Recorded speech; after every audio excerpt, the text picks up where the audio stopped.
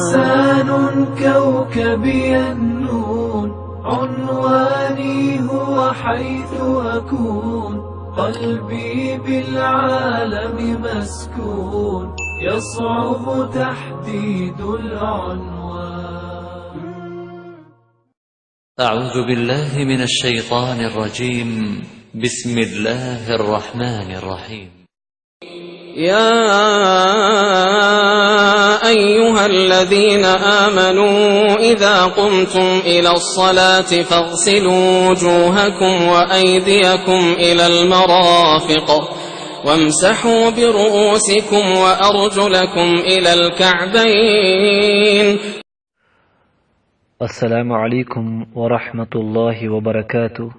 الحمد للہ رب العالمین والصلاة والسلام على سید الانبیاء والمرسلین وعلى آلہ وصحبہ اجمعین. اما بعد، نماز کے لیے ہمیں وضو کرنا لازمی ہے. جب تک ہم وضو نہ کر لے تب تک نماز قابل قبول نہیں. جیسے کہ صحیح بخاری میں حدیث مبارک ہے کہ رسول اللہ صلی اللہ علیہ وسلم نے فرمایا، بے شک اللہ تعالیٰ تم میں سے بے وضو شخص کی نماز قبول نہیں فرماتی تا وقت وہ وضو نہ کر لے. ابتدائی وضو میں پہلے نیت کرے. نیت دل کا ارادہ ہے، زبان سے نیت پڑھنا ثابت نہیں بلکہ نیت کہتی ہے دل کا ارادہ. پھر مسند احمد کی روایت ہے کہ حضرت جابر رضی اللہ عنہ سے مروی حدیث میں ہے کہ رسول اللہ صلی اللہ علیہ وسلم نے اپنا ہاتھ پانی کے برتن میں رکھا، پھر فرمایا بسم اللہ، پھر کہا اچھی طرح وضو کرو.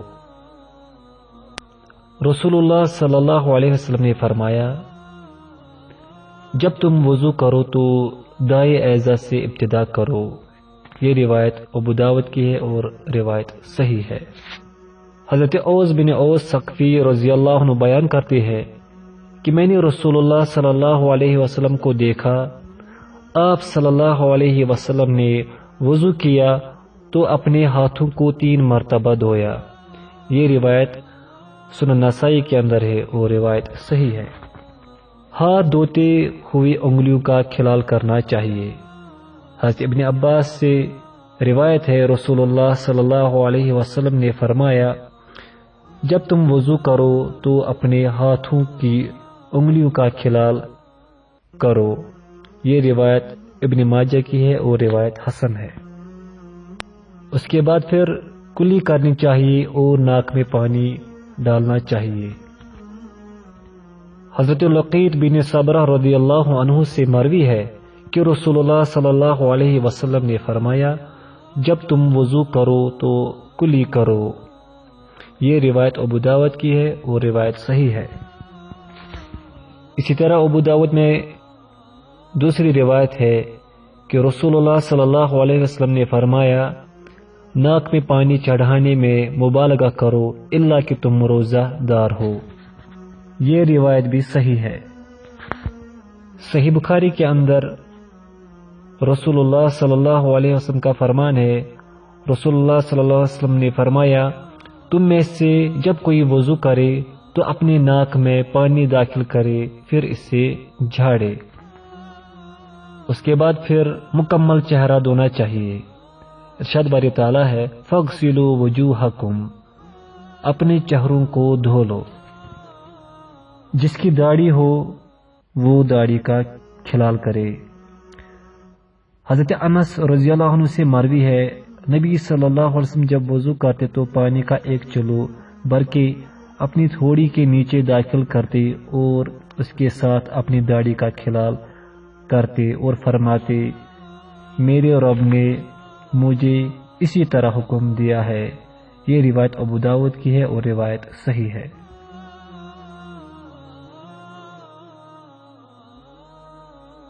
اس کے بعد پھر کوہنیوں سمیت دونوں بازو دھونے چاہیے. اللہ کا ارشاد ہے وَأَيْدِيَكُمْ إِلَى الْمَرَافِقِ، اور اپنے ہاتھوں کو کوہنیوں تک دھو لو. یاد رہے جب بازو دھوئے تو انگلی کے سرے سے لے کر کوہنی سمیت دھونا، اس کو ہاتھ کہا جاتا ہے.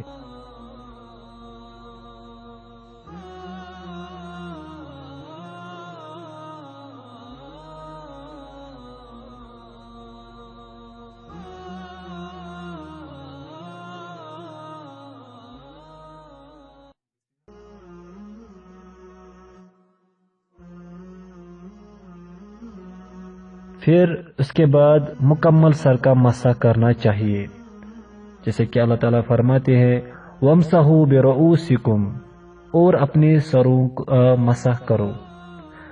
سر کے مسح کا طریقہ کہ آپ صلی اللہ علیہ وسلم ہاتھوں کو سر کے اگلے حصے سے شروع کر کے سر کے پچھلے حصے یعنی غدی تک لے گئے، اور پھر اسی طرح دونوں ہاتھوں کو سر کے بالوں کا مسح کرتے ہوئے اسی جگہ واپس لے گئے جہاں سے مسح کا آغاز کیا تھا۔ یہ روایت بخاری میں ہے۔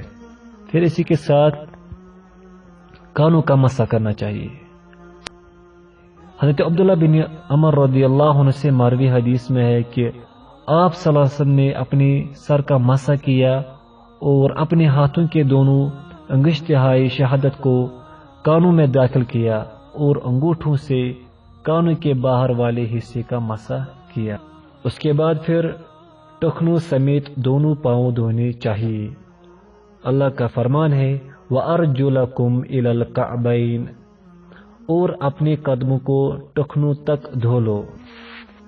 جامع الاصول ابن الاثیر میں ہے کہ تمام احادیث اس بات کا ثبوت ہے کہ آپ صلی اللہ علیہ وسلم ہمیشہ پاؤں دھویا کرتے تھے۔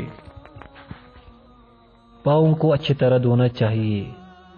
صحیح بخاری کی روایت میں ہے رسول اللہ صلی اللہ علیہ وسلم نے فرمایا ان ٹخنوں کے لیے آگ سے ہلاکت ہے، یعنی پاؤں کو اچھی طرح دھونا چاہیے اور پاؤں دھوتے ہوئے انگلیوں کا کھلال کرنا چاہیے۔